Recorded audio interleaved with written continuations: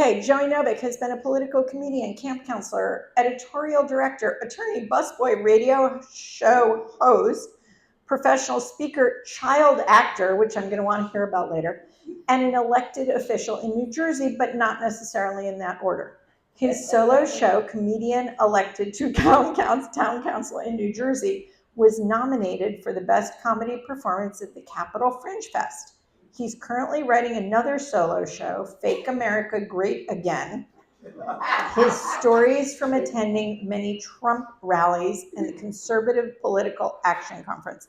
I'm going to pause briefly and say, did you see this show on HBO? Have you guys all seen this? Alex Edelstein, he does this show where he infiltrates this white supremacist meeting in Queens. Did you guys all, it's on HBO Max, I think, and totally worth watching. Okay. When asked about a lie he believed, Joey said, I lost lots of things when I was a kid. Wallet, baseball cap, house key. I lost the house key so many times. My mom gave me one on a chain to wear around my neck, telling me it was a special religious Jewish custom that represented the most important child in a Jewish family. I love that. Our new friend, Joey Novick. Thank you very much. That was my mom, so I did that. So it's 1962, and it's the middle of the summer, and both of my older brothers are in that sleepaway camp, and I have my dad all to myself, which was very unusual in a family with three boys. My dad comes home from work, where he would work a half a day on Saturday, and he says the words to me that I am so excited to hear. He said to me, how would you like to go to Yankee Stadium today and see the New York Yankees play? I had never been to Yankee Stadium before. This is going to be my first baseball game, and I give an absolutely emphatic yes. I get my baseball cap, I get my glove, and we're going to get there early to see batting practice. And just as we're leaving the house, my mom hands me a paper bag with chicken sandwiches in it and says, you should have this so you're not spending any money on food. So I take the bag dutifully. We get on the bus, the B-31 bus. We take it all the way to the subway. And as we're about to get onto the subway car, my dad says, give me the chicken sandwich. I hand it to him, and he throws it in the garbage. And he says to me, I'm going to be teaching you a lot of things today. When you're at a baseball game, you do not eat a chicken sandwich from a bag. You eat what? You eat a hot dog. And I'm making notes about this because I'm thinking my dad's been a lifelong Yankee fan. I'm learning stuff, and I'm learning stuff. But he says to me, just don't tell Mom we did that. So we get on the train, we get on the D train, and he shows me on the map that we have to take the D train all the way to Yankee Stadium. And I love maps, as any 8-year-old would. And my dad introduces me to the conductor, who he says he knows. And we're looking at the map, and he says, hey, hi, Bernie. Hi, conductor. I don't remember the conductor's name. He also shows me the guy driving the train, and he lets me in to sit on his lap and move the thing to drive the train. And I'm not the brightest kid in the world. I think I'm driving the train. I'm basically going, oh, we have to stop here. We're stopping there. Oh, well, get on. He lets me make an announcement. Everybody watch the closing doors. I am having an incredible time. My dad knows the conductor. He knows the guy driving the train. Finally, about an hour and 20 minutes later, we get out of the train, and there in the distance is the Cathedral of Baseball. The heaven of Major League Baseball is there, Yankee Stadium.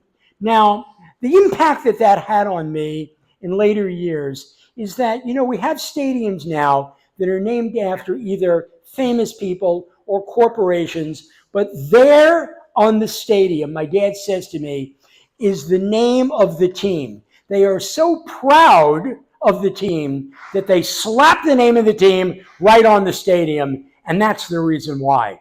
So We go inside. My dad says we're going to get the best seats, but we're going to be at the ground level first because I'm taking you to batting practice. I said, what is batting practice? And he tells me all the players get up and they practice a little bit.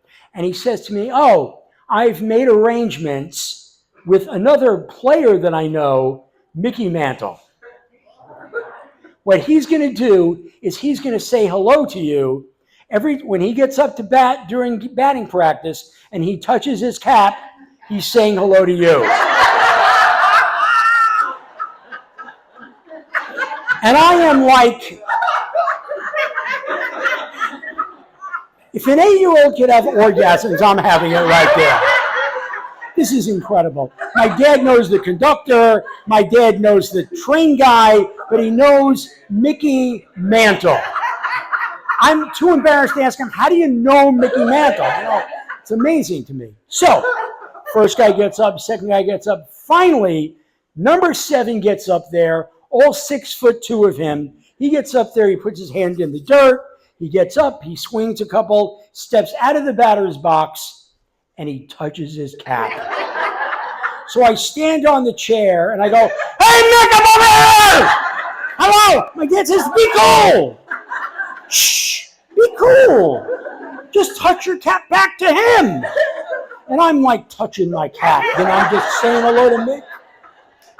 I'm saying hello to him, you know, he says, and then he turns around the other direction. Because at this point, he's been batting righty, and he doesn't really see me.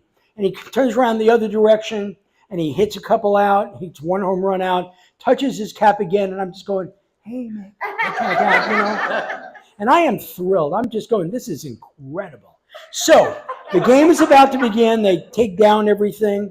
You know, they take down the batting cage, and my dad says, we got to go to our seats. And I said, oh, we're not sitting here? And he said, no, we have the best seats in Yankee Stadium. So we go up 1 level, and I said, oh, are we here? And he said, no, we have the best seats in all of Yankee Stadium. About 10 minutes later, we've gone up 4 levels, and we're all the way up at the top, somewhere out in left field, about 4 levels, and I'm looking. And Mickey Mantle, who was all 6'2" not too long ago, is now out in the outfield about that big. And I'm thinking, these are the best seats? You know? And he said, oh yeah, these are the best seats. You can see the entire stadium from here. You can see all of the fans. You can see the entire field. And I'm thinking, I'm thinking, does not seem like, but my dad knows baseball. And he said, well, look, if you want to spend less money and go down and sit with the poor people, we can do that. And I said, no, I want to stay up here with the real fans up here. So my dad every once in a while would have days that he called yes and days. And that term meant that he would give me anything that I want. I just had to ask for it. And he would give it to me. And I would sort of like correct. I wouldn't have like 100 things I would ask him. But, he said, look, whatever you want, I'm going to get for you. So around the first inning, I said to him, oh, can I get some Cracker Jack? And he calls out to the guy selling food. He goes, hey, Mac, come up here. We need some Cracker Jack. So he comes up. He says, hey, Mac, how are you? How are you? And he passed down the Cracker Jacks. And I'm thinking, that's pretty good.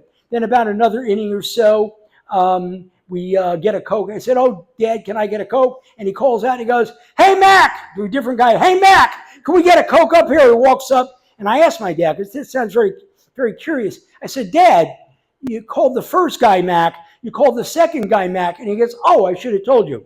In order to get a job at Yankee Stadium, you have to have the name Mac.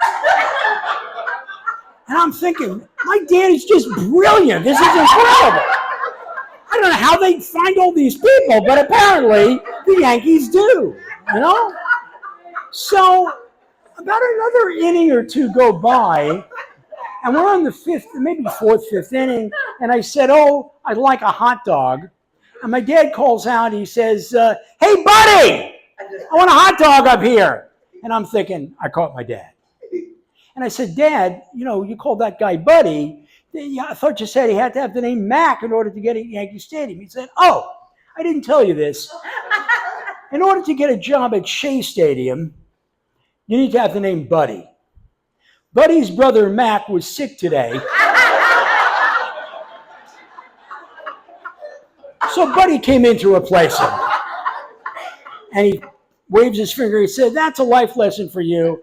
Always be good to your brother." And I'm like, that's pretty good. So Buddy brings up the hot dog. And then, it's not like today where things are hermetically sealed and they're wearing the gloves and they're passing it down. This hot dog has no paper around it. The hot dog gets passed like for 12 guys all the way down to the... And I'm 8 years old. I don't care. I think one guy even took a little bite out of it. I'm not really sure. I'm not really sure at all. But I have my hot dog, which I'm really cool. So my dad says to me, "Oh, I have another surprise for you." Around the 7th inning, he said they do something called the 7th inning stretch, where everyone stands up because they're a little tired and they stretch. And do you remember that song that you learned in day camp, "Take Me Out to the Ball Game"? I said, "Oh, yeah." He goes, "Do you remember all the words?" And I said, "Yeah." He goes, "Well, I've arranged for you to leave the entire stadium in singing that song." Now, he's going to ask everybody to stand up, and I'm nervous. I'm really nervous because I got to stand on the chair. We're way up high. So, please, welcome to Yankee Stadium. Please join us in the 7th inning stretch of "Take Me Out to the Ball Game." And I start wailing, "Take me out to the ball," and everyone's singing with me.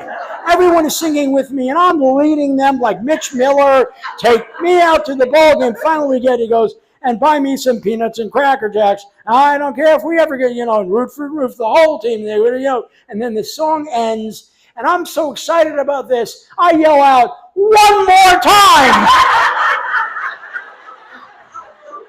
And my dad says, "No, look, I only paid for one. I'm only getting one."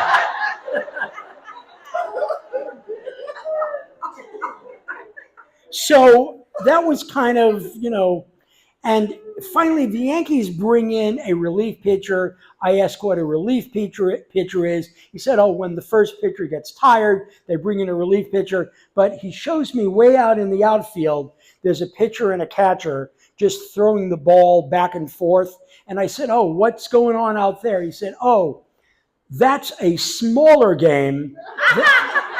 That's the minor leagues. In the minor leagues out there, they have no batters, no outfield. It's just the pitcher and the catcher throwing the ball back and forth." And I'm learning, so that pitcher has been brought up from the minor leagues to play in this game.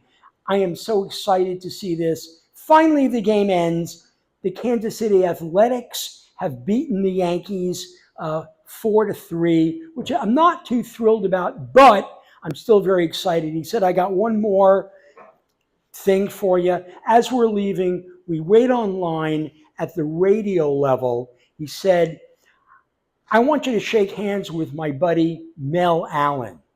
Mel Allen, for those of you that don't know, was the voice of the New York Yankees. He had a standard thing. He would go, "How about that?" And I'm waiting online. I said, "I can't believe I'm actually going to see the guy who says that." So my dad puts out his hand and said, "Hey, Mel, I'm Bernie. This is my son, Joey." And Mel said, "Hey, Bernie, how about you?" And I am nervous. And I shake his hand. And to this day, I remember how his hand felt because it was very calloused. And I shake his hand, and I can't believe my dad knows Mel Allen. He goes, "Joey, did you?" And he's holding me on the shoulder and said, "Hey, Joey, did you have a good time today?" I said, "Oh, I had a great time." And I'm going, "Oh, Mickey Mantle said hello to me." And I let everybody and my dad, and I learned about Mac and Buddy. And Mel basically is looking at me like I'm an idiot, But so we go home on the subway. We take the subway all the way home. I'm yapping. I'm so excited. And as we get home, we take the bus. My dad says to me on the bus, he says, "Now remember, Mama's going to ask you a bunch of questions. How did you have a good time? But remember, do not tell her about the chicken sandwich." So I said, "No, I got it. It's cool." My mom is waiting up on the stoop. It's about maybe 12:30 at night. I've been out all day. So we go upstairs, and my mom says, "How was the game?" I said, "Oh, it was incredible. We sat in the best seats. Mickey Mantle said hello to me. I met Mel Allen. I learned all about the outfield. I learned all about, they the guy's name is Mac, who sells everything. And my mom says, and here's the money question, how was the chicken sandwiches? So I look her directly in the eye and I say, oh, the chicken sandwiches were incredible. And my mom looks at me and says, oh, that's really good. How many hot dogs did you have? I said 3, ratting my dad out. But boy, do I remember that day. Thank you. Thank you.